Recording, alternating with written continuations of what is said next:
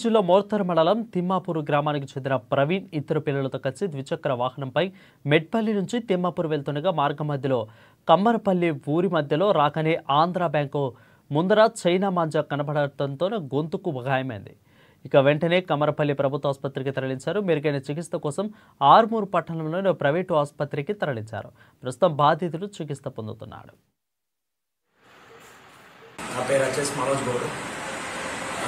Morthad mandal Thimmapur village.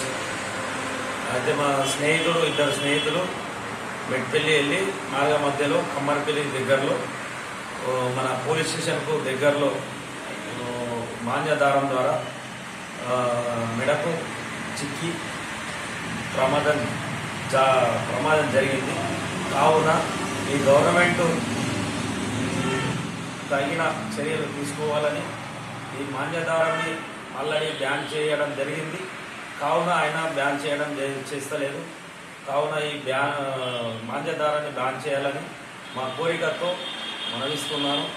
ఇంకోటి ఏంటంటే ఇటువంటి ప్రమాదాలు ఇంకా మాకే కాకుండా ఇంకా వేరే విద్యార్థులకు కానీ ఎవరికైనా కానీ తగ్గితే ఎంత